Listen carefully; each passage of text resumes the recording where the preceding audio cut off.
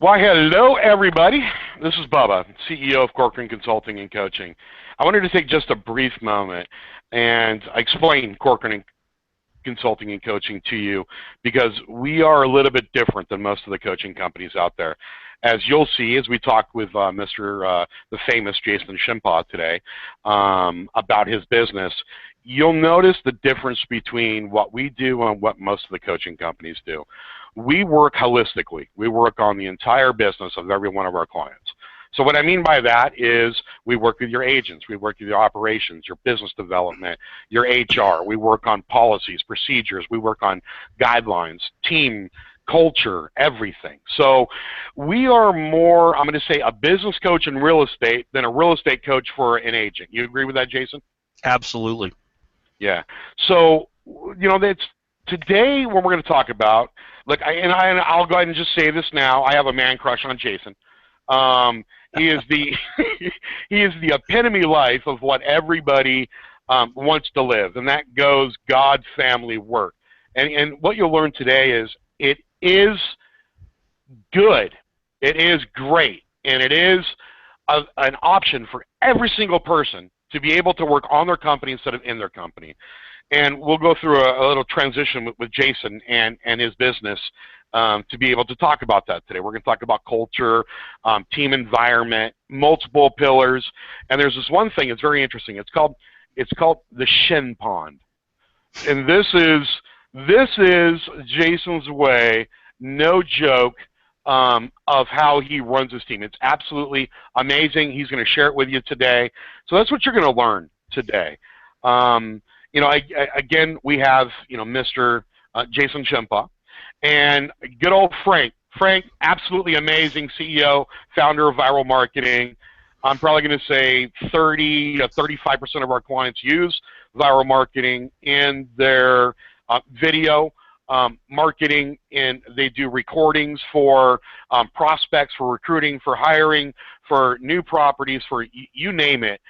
That's what they use Frank for. It's also a great past client program that Frank does videos for. It's absolutely amazing. Frank, welcome. Thank you. Now, what I want everybody to do is go ahead and just read my little header. It's right about there, and it's www.corcorancoaching.com. After this airs, we will have business consultants available. There's a live chat button at the very bottom of it. You can go live chat with one of my business consultants, or you can go and fill in tip of the week and get a 5-minute video that I produce every Wednesday, or fill out for a business consult, and we can sit there and do a free complimentary business consult. Now, I'm going to quit talking about myself. Jason, how you doing? I'm doing awesome, Bubba. Thanks for having me today. Thanks, Frank. Hey, my pleasure. My pleasure. So, and this is funny. It's going to be the first time I've ever done this in my life. But I want you to describe the environment that you're in right now, Jason. Right now, I am sitting on a lake in Black Mountain, North Carolina, just outside of Asheville. I'm in my mobile office. You'll notice the appeal behind me. That's the truck window and the sunroof above me. So this is pretty much where I sneak away to when I need to work. So, and it's interesting. If you don't mind, I want to start with now, and then I want to go backwards to the reset button. Is that okay? Whatever you'd like, great. Okay. So, right now, you don't own a house. Correct. You own a fifth wheel, and your goal for the next year to 2 years is to hit every state, including a visit to Canada. I don't know if you're going to Mexico or not, but every state, and travel across the United States to spend time with your family, and you're homeschooling your kids, correct? That's absolutely correct. So, and the reason why, if you could share the reason why you did this, because it's absolutely amazing, and I think it's relatable to a lot of people. Well, basically, I gave my soul to the real estate world. I'd been selling real estate for just over 18 years now, and I was always a single agent. I was always doing everything. I was doing, you know, the listing input, the contracts, the contract negotiations, the showings, the listings, and I had a great business. You know, I mean, as a single agent, I was selling, you know, anywhere from 50 to 60 houses a year, and I thought I was doing pretty all right. But what I realized was I was taking away from my family and giving to everybody else. And I woke up one day and said, I have it all wrong. I'd went through some bad hires on my team. I had went through a whole transition period, and I was literally ready to throw in the towel. And so I just said to my wife, I said, I'm not willing to do this any longer because I'm not being the best husband and the best dad I can possibly be. So we prayed about it. We spent a whole year in transition from where we were to where we wanted to be. And I think, if we go back, it might be easier, and not to change your process, but to go back and start at the beginning, because That's fine. I think it would be a little bit easier to explain all that. So in 2012, I went to a conference. Corcoran was there as a keynote speaker. I did not have a coach, and I met some amazing people at this event. And people selling anywhere from 400 to 1,000 houses a year, and I was just in awe of what those people were doing. And all of them had different business models, and some of them were brokers, some of them were team owners, different things of that nature. But the one thing they all had in common was they all had a coach. And I don't care what level they were at, whether it was selling 200, 400, 600, 1,000, they all had a coach. And so I said to my wife, I said, we need to hire a coach. And we ended up hiring Corcoran Coaching and Consulting. And we basically started with them January of 2013. And from that point, I transitioned from being a single agent to working to become a real estate business owner versus a realtor or realtor. And so as we went through the process, I mean, there was a whole pile of blood, sweat, and tears that went along with it. And literally, I called my coach. I'll never forget it. It was the Monday after Palm Sunday in March of 2015. I called her and left her a message on Palm Sunday. Of course, she wouldn't call me back, which was fine. I would expect that. And Monday morning, we talked, and I said, I quit. I don't want to do this anymore. I'm not willing to continue down this path of my life where I'm giving my best to everybody, and then they come home and my son's like, hi, Daddy. And I'm like, what do you mean, hi, Daddy? Don't say hi, Daddy to me that way. And so, I was literally willing to close the doors of my company. And my coach is like, you cannot do that. You have an amazing business. You don't have a business issue. You have a people issue.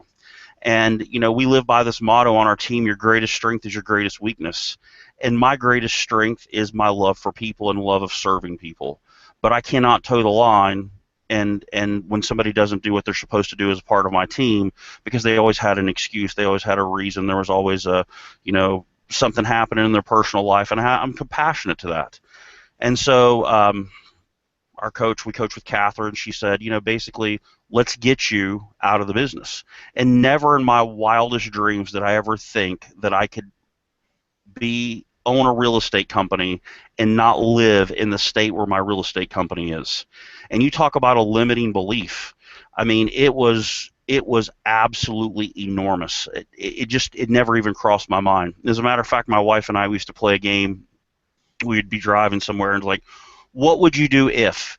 What would you do if you won the Powerball? What would you, just to have some conversation about something besides our kids, because that's what you do when you have young kids. And one day she asked me, she said, what would you do if you didn't do real estate again?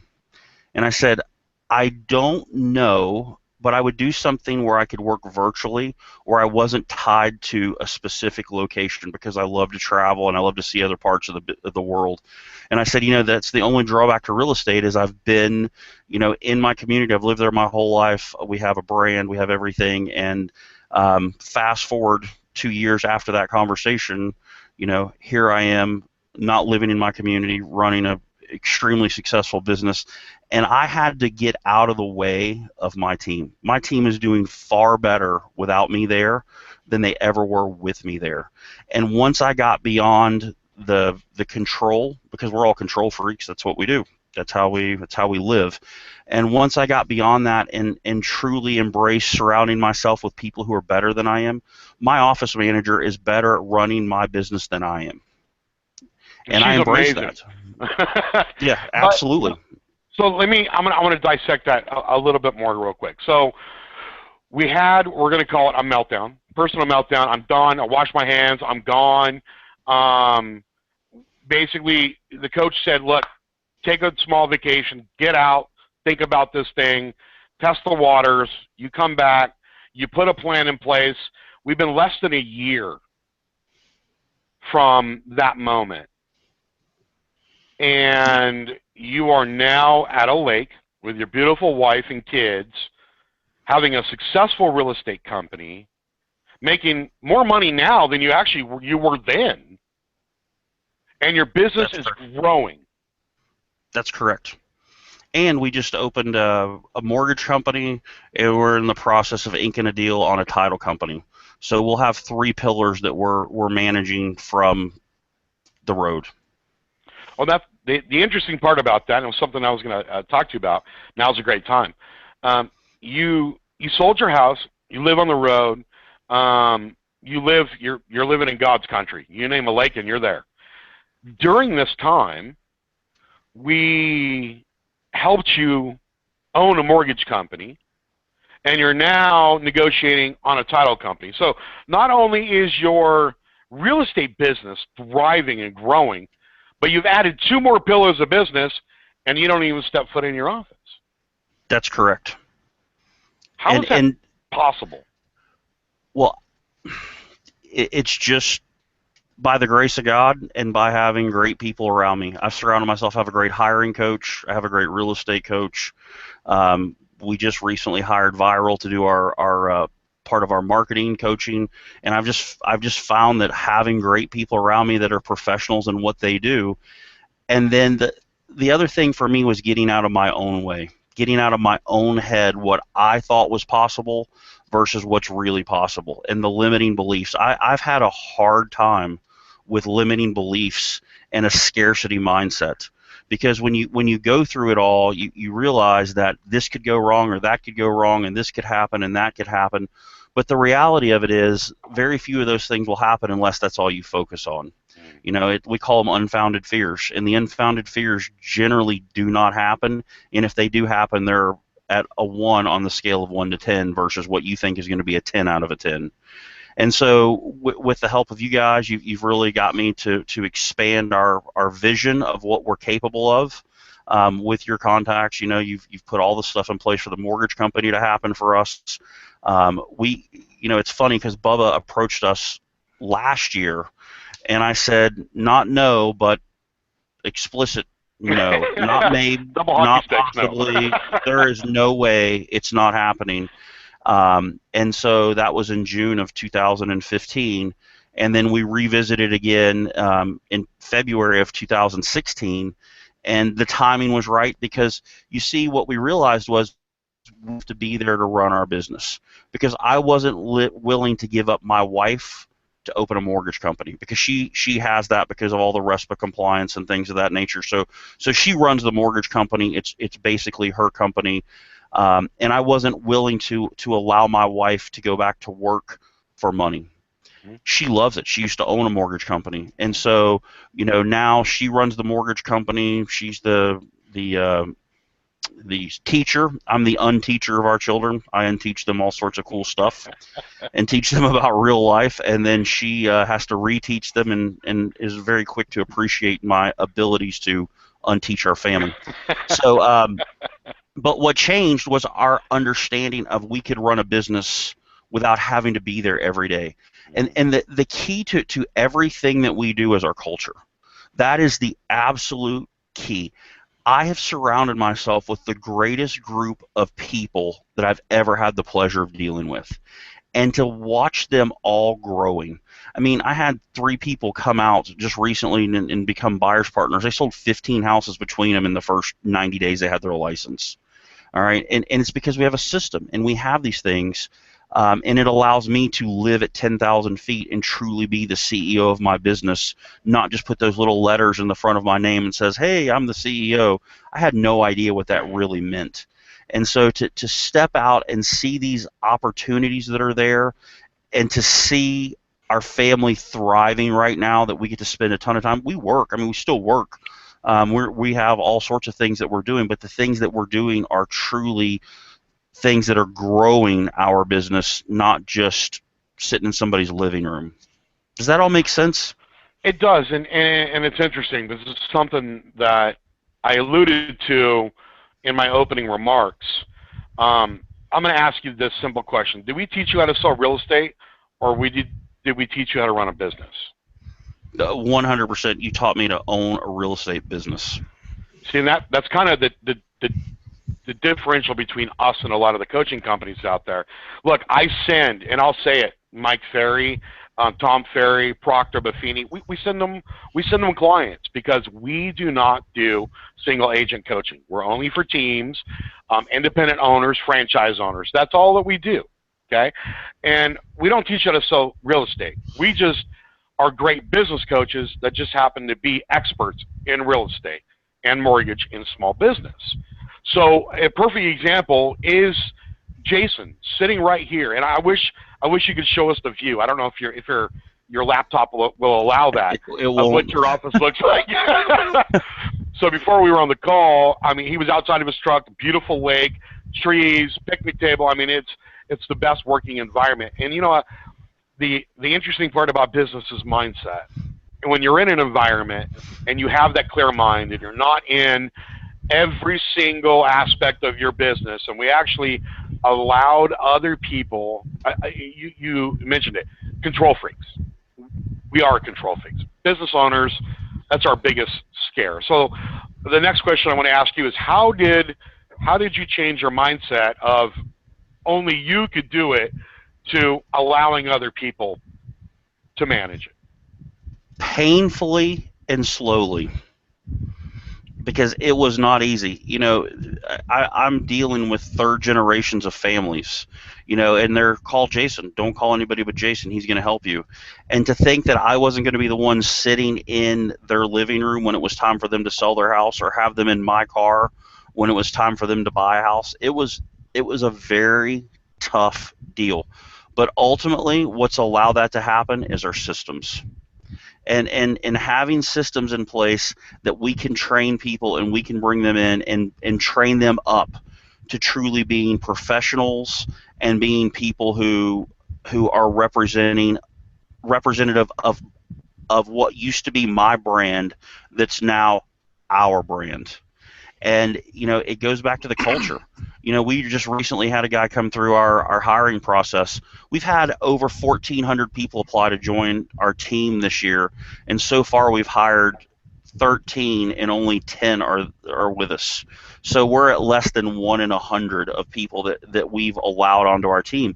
And we had a guy come through the other day who absolutely would have probably been the best salesperson we ever hired, but he didn't match our culture, so we didn't offer him a position. He didn't even get up the interview process far enough to even talk to me. I mean, going through our processes, he didn't even make it past number 2. And so it just shows that we're really about serving our clients. We're really about our culture. And we have this crazy business model, all right? Less than 12% of society works in a job where they use their God-given talents. All right. So we spend a lot of time making sure that we're hiring somebody that is going to use their God-given talents every single day. And so we put them in the right seat on the bus. And then we take our culture and we mix their God-given talents with our culture, where we truly are a team and we help one another and we focus on serving each other and we become clients of one another. So we talk about our clients all the time, but what we really are is we're clients of each other on our team. And then you put that with opportunity, and an unbelievable opportunity with pretty much an unlimited earning potential.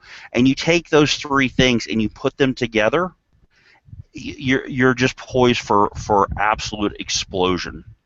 And the reason that we don't do more deals is purely my fault.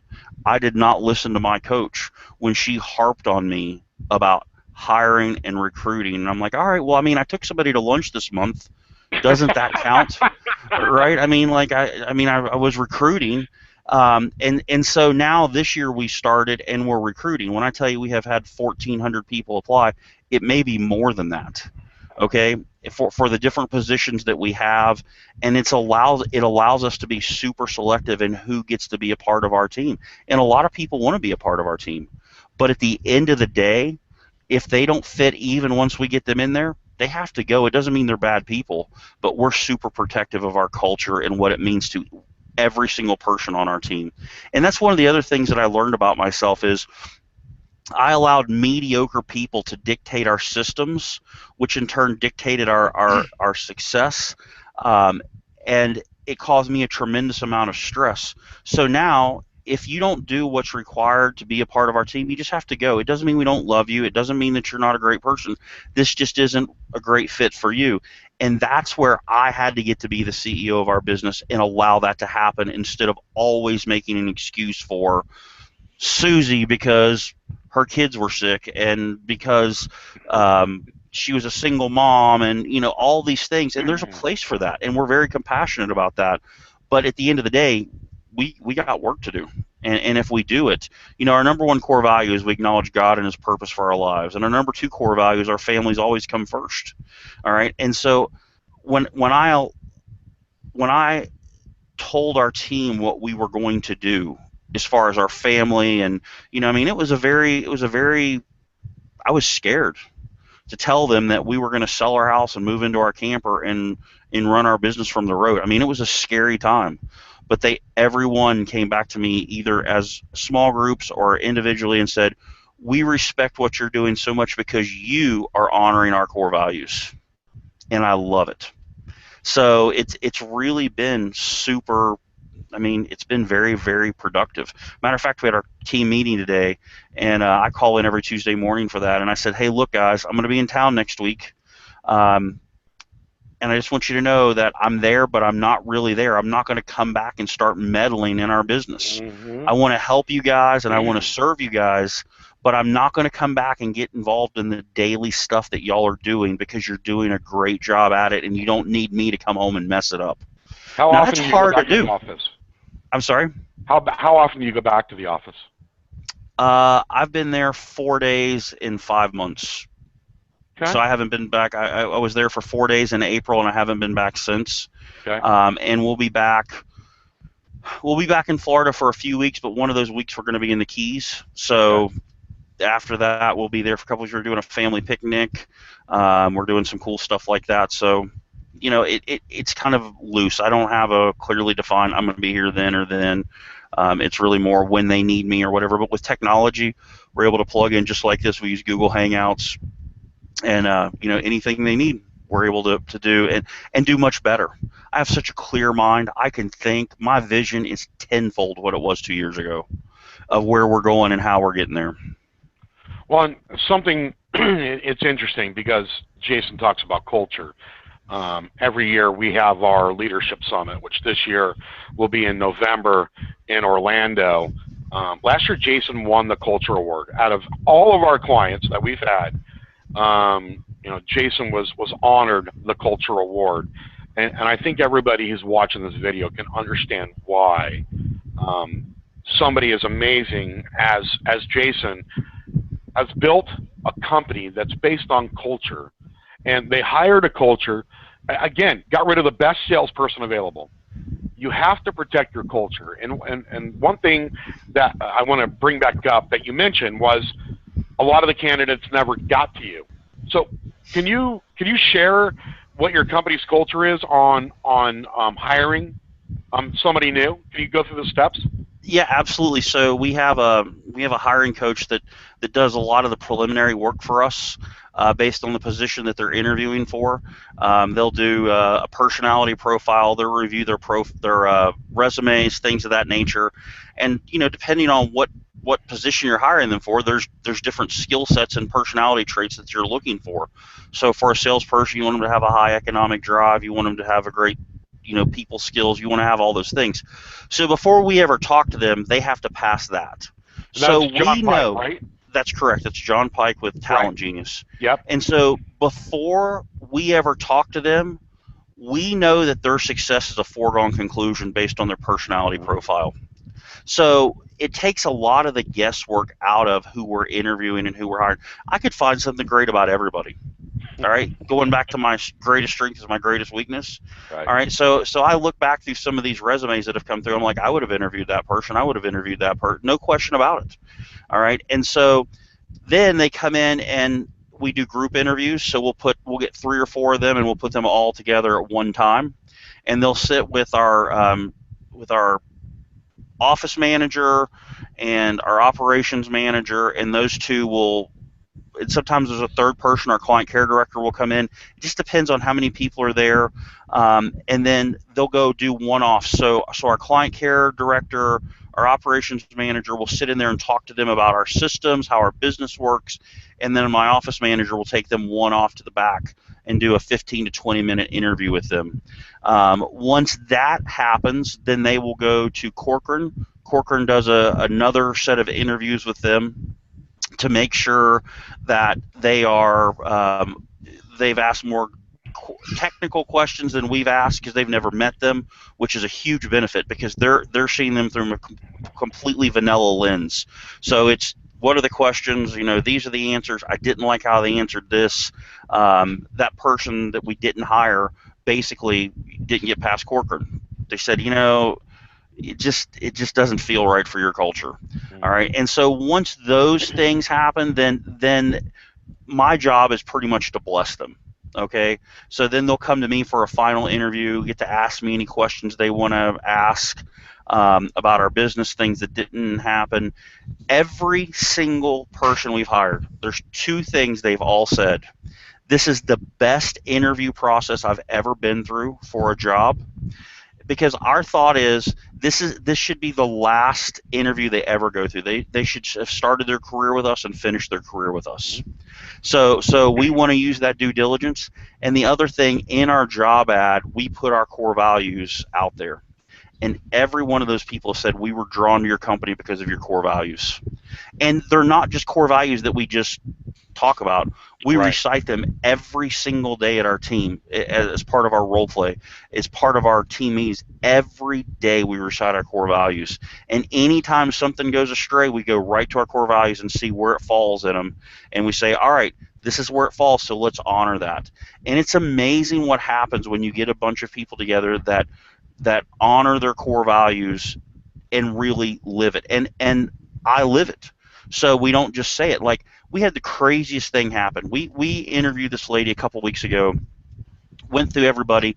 She's like, I am so excited to join your team. I just cannot believe that this is the opportunity I'm getting. So I even sent her a text message on Friday and said, hey, we're excited to have you join. She's like, thank you so much. I can't wait to see you Monday morning. 10:30 Sunday night, she sends my office manager an email and says, I'm sorry, I will not be able to accept the position after further consideration. Have a great day. And that was it. I mean, that was it. Right? And so we're all like, Monday morning, I mean, we're excited for her to come in because we need this person, to fill this role to move our team forward. And I mean, we all just sat there in disbelief because of all the interaction we had and the things that had happened. And I said to my office manager, I said, you see, sometimes we don't understand everything that happens in our business, but God does, and he understands the purpose of what our business is about, and this just wasn't the right person for us. And if we say that we acknowledge God and his purpose for our lives, we can't doubt that he doesn't have somebody better for us. You see, and when you run your business like that, it was affirming to my office manager that I didn't just say that. That's truly how we believe. And great things happen when you're running your business that way, that you're honoring those core values. Well, and it's not just a piece of paper that's in a hiring folder or something Correct. written on a wall, and there's a big difference. We talk about culture, and I do a lot of sessions on culture, and it's amazing because I'm going to relate this, and everybody's going to look back at this and say, aha. And I ask you this, Jason, do you know what a unicorn looks like? I do. Have you ever seen a unicorn? No, but I just left a barbecue joint before I did this, and the lady said, I said, somebody splatter painted your wall. She goes, no, a unicorn blew up in there. So it's funny that you're saying that. Now, I'll just stop. All right, so I'm sorry. Well, the reason why I say that is because you can't touch a unicorn. You can't feel it. It doesn't walk across the street. You can't measure it. However, you can describe a unicorn. Culture's the same way. You can't touch it. You can't feel it. No matter where it's at, it's something that has to be experienced, like a unicorn. If you don't know what it looks like, you don't know what it feels like. And that's what culture is all about. It's not just putting words on a wall or in a hiring book. It's living the actions day by day. And I think that is probably one of your biggest strengths is one, building the core values, a mission and vision statement. But on two, I don't want to say holding people accountable to it, because really it's them holding themselves accountable to it, or they don't join the team. You don't have to release anybody. The team does it for you now. That's correct. And the other thing that we use, the 5 Dysfunctions of a Team, it's an amazing book. And one of the biggest things that we had to get over was the absence of trust. Right. And it was a very tough thing because, everybody thinks it's cool to be a part of a culture where we deal with things direct and we deal with things up front until it applies to them. And then all of a sudden it's like, ooh, maybe this isn't the greatest thing, because we're very transparent. We talk about everything open and honest with our team, with each other, and so it's taken a good bit of time to get everybody to truly have the trust that they can come to us. And so what happens is, it's very important that when they come to you, if you get them to trust you enough to come to you, you can't say, hey, you big dummy head, that was a stupid question. Right? Then you just totally destroyed the trust, right? And you go back to that whole thing. So it's very important that if somebody's willing to raise their hand and come to you and say, hey, listen, this doesn't feel right, this doesn't sound right, whatever, that you give it weight. It doesn't mean you have to necessarily run and change because everybody has a different opinion, but you have to listen to them and be very willing to hear what they're saying and why they're saying it, because they finally got the courage to come to you to say, you know what, Bubba, I don't really care for that white shirt on you. And you can't just say, well, I love white. White's the best color for me, because then they're never going to come to you again. Right? And I can honestly say I haven't always done a great job at that. But I've really learned to just listen. And sometimes you don't even have to say anything. Just them talking out loud, and you go, now may I ask you a question? And you ask a couple questions, and it's all solved, and everybody's happy. And I didn't used to do that. I would have a pretty big personality, so I would not do great at that. And that's one of the things that I've learned, is just allow them a voice. The cool part for me is it's who I am. I just had to learn to accept it and not immediately have an answer. And sometimes I say, I need to think on it, and I'll get back to you. But people really respect that. And it's funny that you said that about the unicorn and culture, because I think in the real estate world right now, lots of people talk about being a team, and lots of people talk about having a culture, and lots of people talk about having core values, because it's like the sexy terms in the real estate world. And, at the end of the day, those things are not always prevalent in people's business, but they're what should lead your business. If you're going to have a team means you all win together and you all lose together. And if you don't have a team that everybody wins together and everybody loses together, you don't have a team. That's not how it works. It takes some time. I want to jump in here, Jason, just say I have a question for you. I think it's relevant for the audience. And then I want to get to some more of the hard skills. We covered a lot of this skills you had to build to become leader. This whole thing about leadership, what you've been sharing. So you went from an independent agent to a leader of people, truly, and it's just oozing from how you communicate and what you're sharing so far, which is incredible. So I want to kind of go a little bit deeper on that, and then let's kind of get into some more of the hard things that you did. So once you hired Corcoran, like specifically like job descriptions, Ed Ganeff, Ganeff, if I'm butchering your name. Ed's going to be asking a couple questions that are specific. We'll get you to your questions here in a moment, Ed, all right?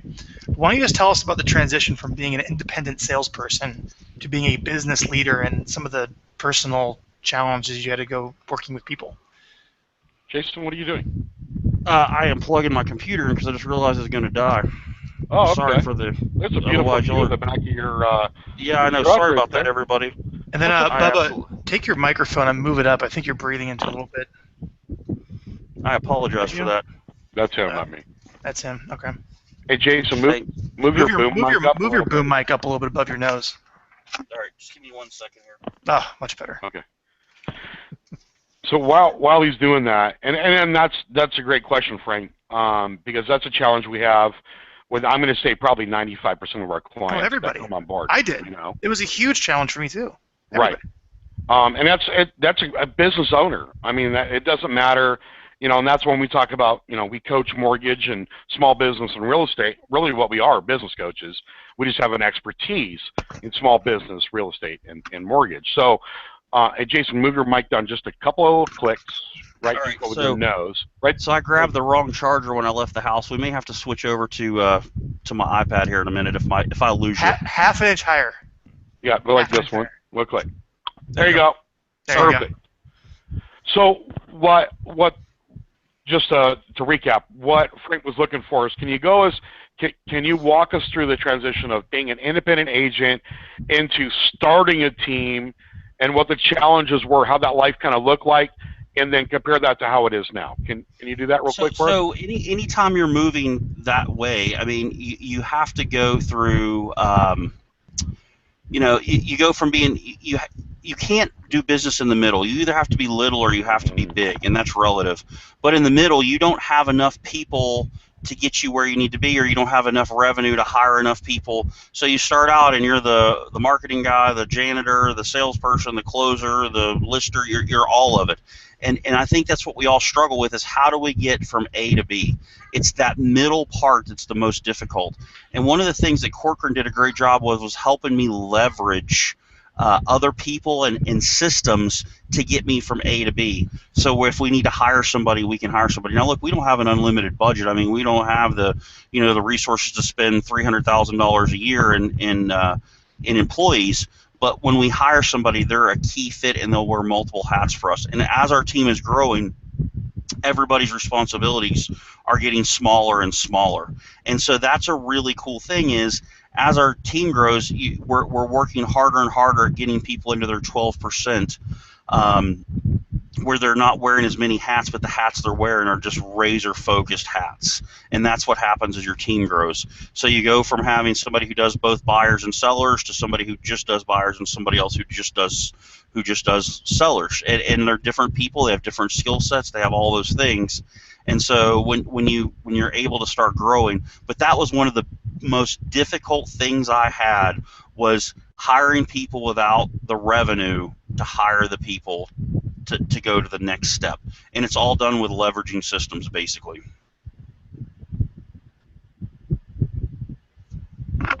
Frank, we can't hear you. Sorry about that, guys. I beat myself out. Correct. That's awesome, Jason. Not to what you just said there. I think your AC is blowing into the microphone. Okay. You have your front AC on turn, or just your feet? Yeah, got it. There you go. We solved it. Well, when I went and did everything with finding a battery that I don't have, that messed it all up. So. No worries at all. No, that was a great response. Thank you for sharing all of that. Yeah. That's the air there. We have a question from Ed. Okay, so let's get to some more of the hard things that you had to implement. How did you create a business operating manual that outlined each job description, and how are buyers agents administrative staff compensated? How do you find the salary range for those individuals in the marketplace? Right. I assume he also says, I assume you do not do listing presentations. That's correct. I do not do listing presentations. The salary is dictated by your own market, what it'll bear. We tend to pay our people very well because we get great people. We want them to stick around. So we have everybody tied to some sort of bonus to the well-being of the team. So they'll get a salary in some way, shape, or form. Whatever's legal in your state will tie them to a bonus structure.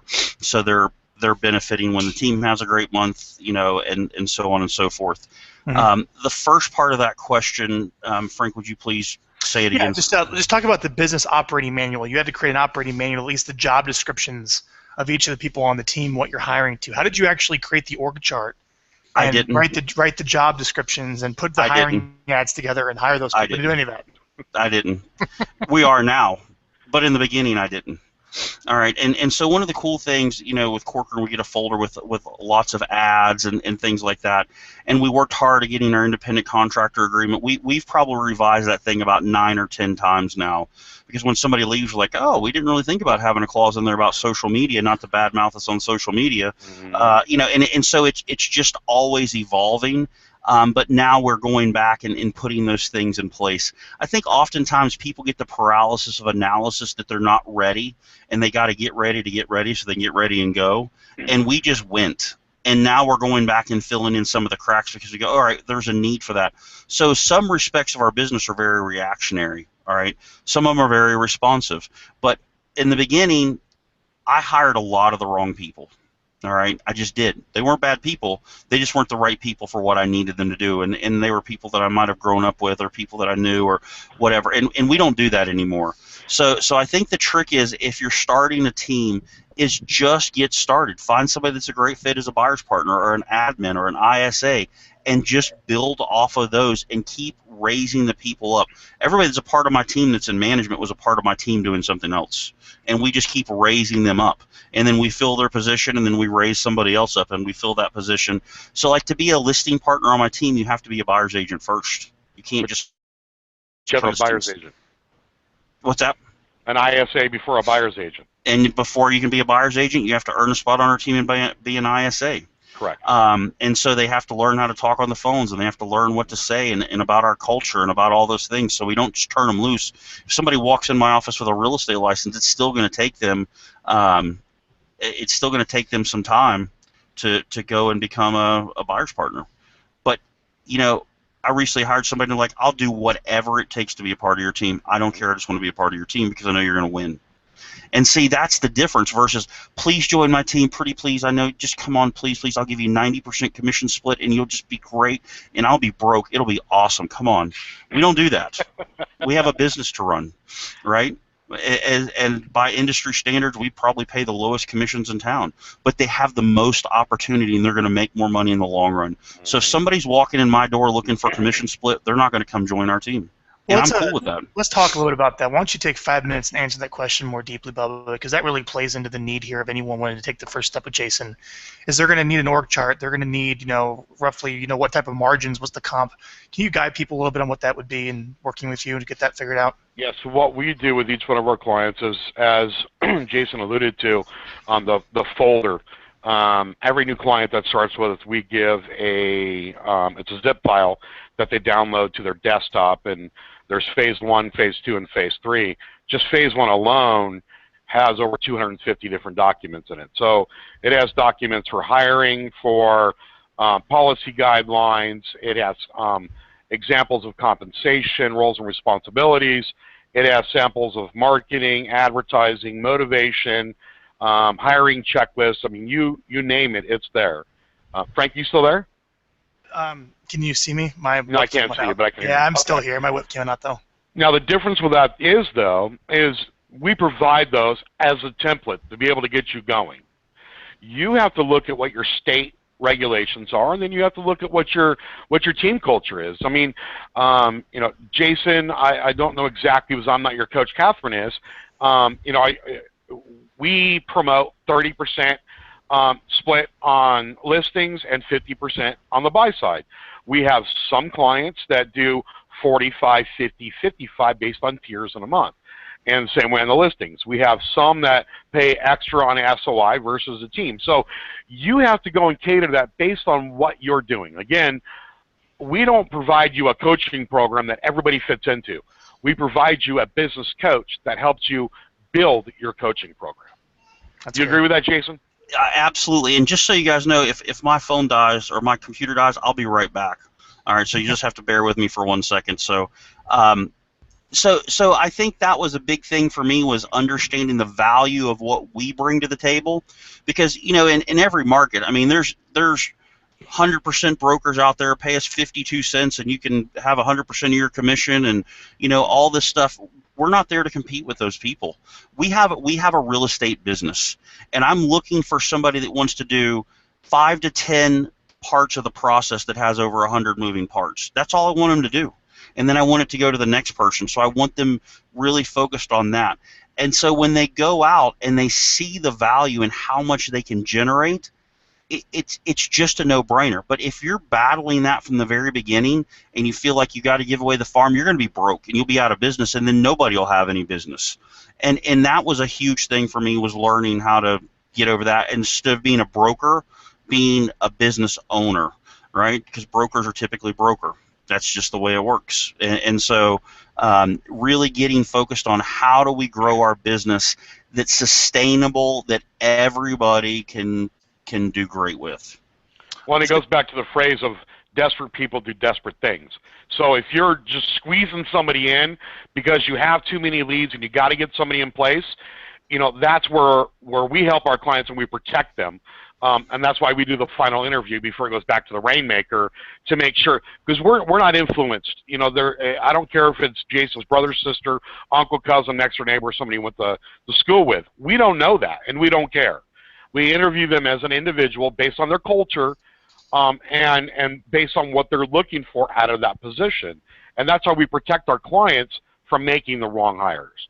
And we're about 95% accurate. We're not perfect. I mean, that's just still pretty good. Part of life.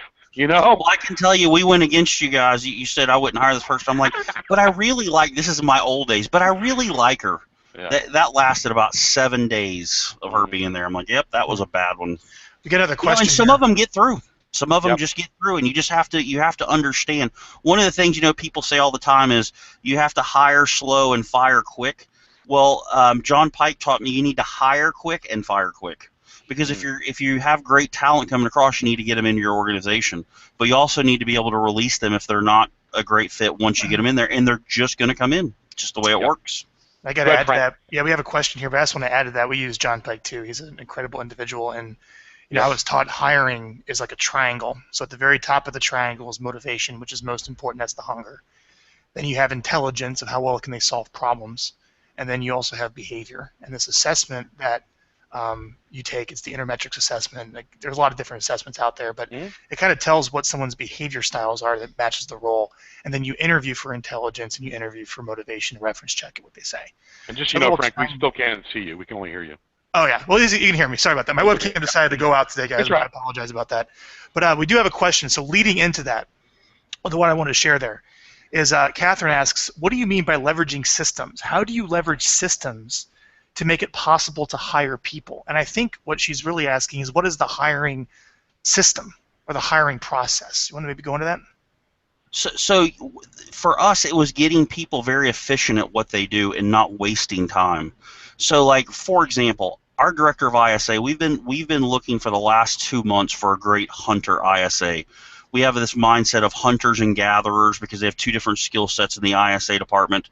And so our director for our ISA, our client care director, I mean, she's been our director of first impression. So she's been greeting people that come in the door, answering the phone, and working in the ISA role. So she's had multiple roles she's been using.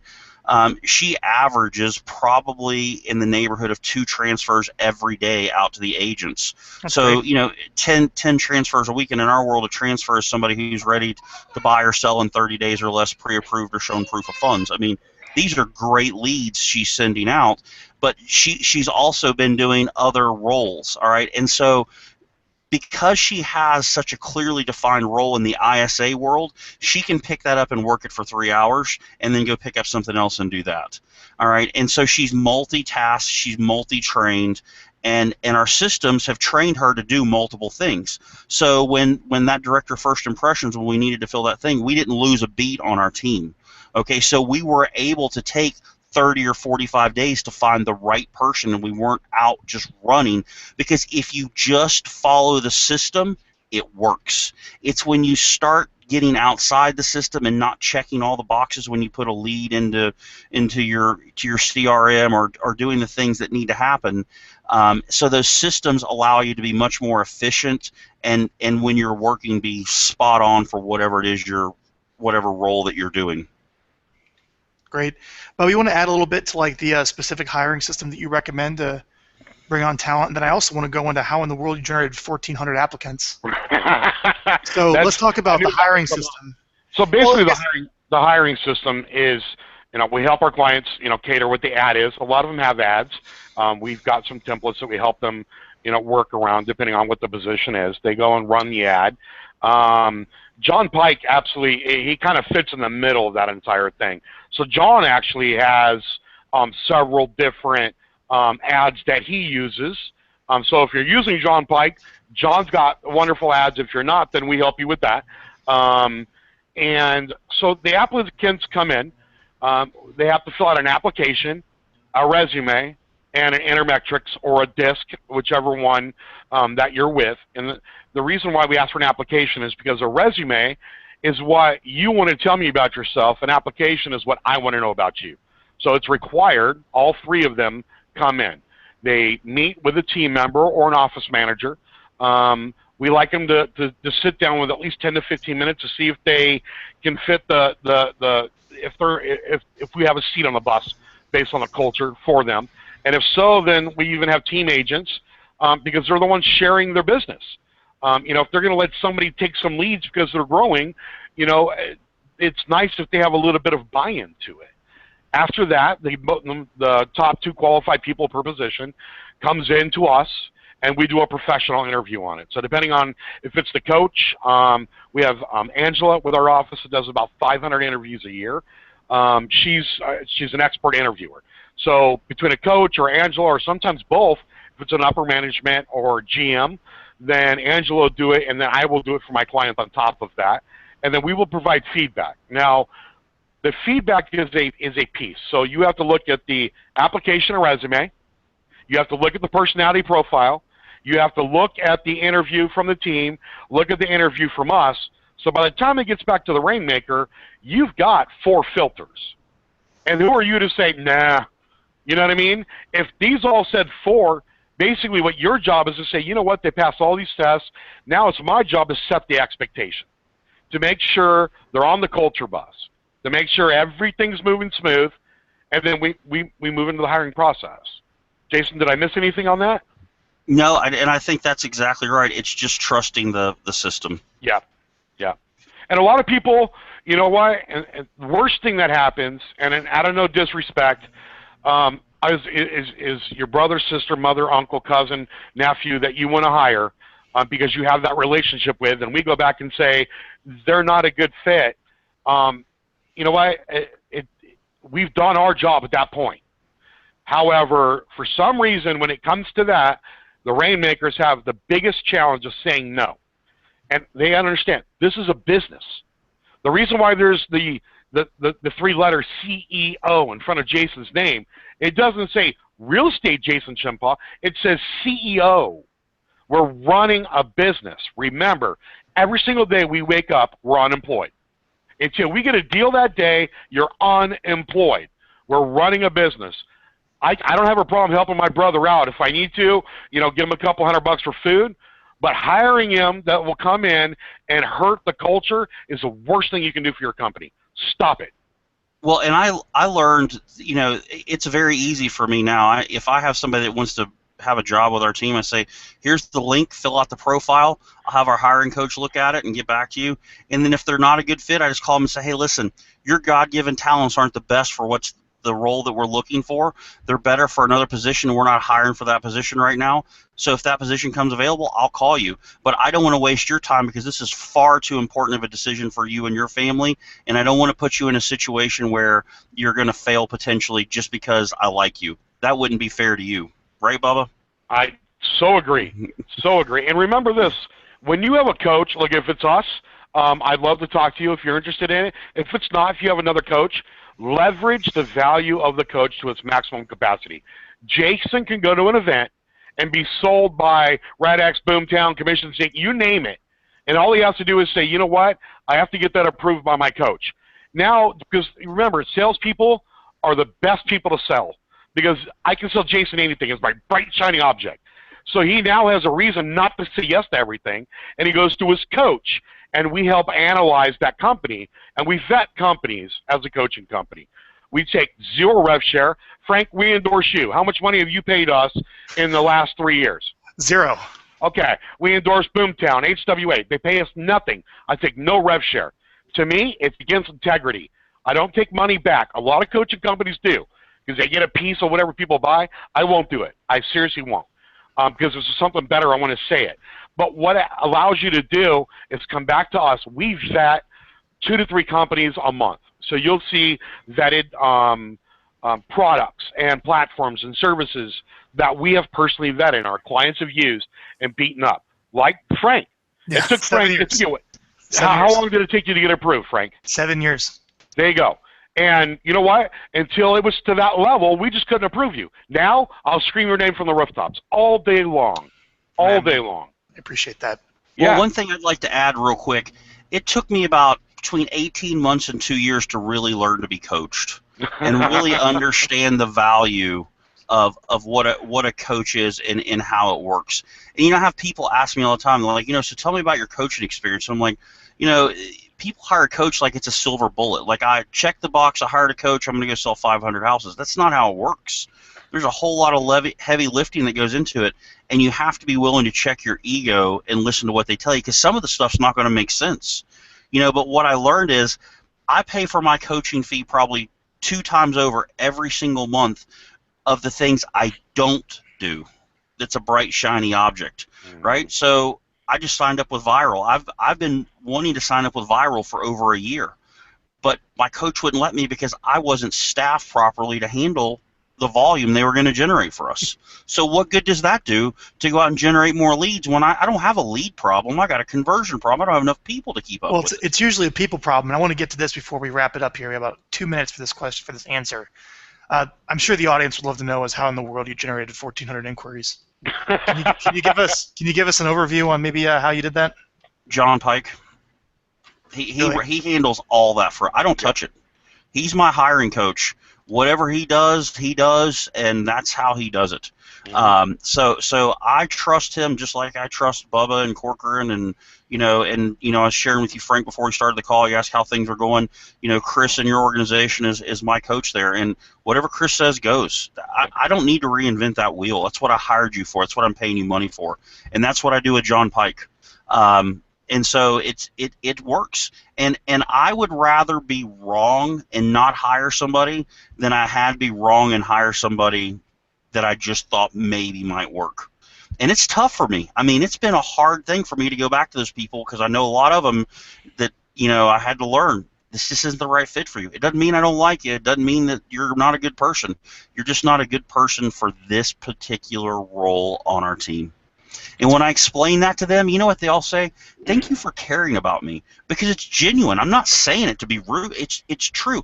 Their skill set is not what's best for this particular position, or whatever the case may be. Yeah. So I want to do one thing, Frank, if you don't mind. I know we got a couple of minutes left. Just a quick plug. Our Leadership Summit is November 9th through 11th at the Orlando SeaWorld Resort. You can go to our website, click on events, and go in there. And the reason why I say that is because John Pike is doing a session at our event in regards to recruiting, retaining, training, and getting the highest power out of personality profiling, positions, everything else. He's going to be doing a panel at that event.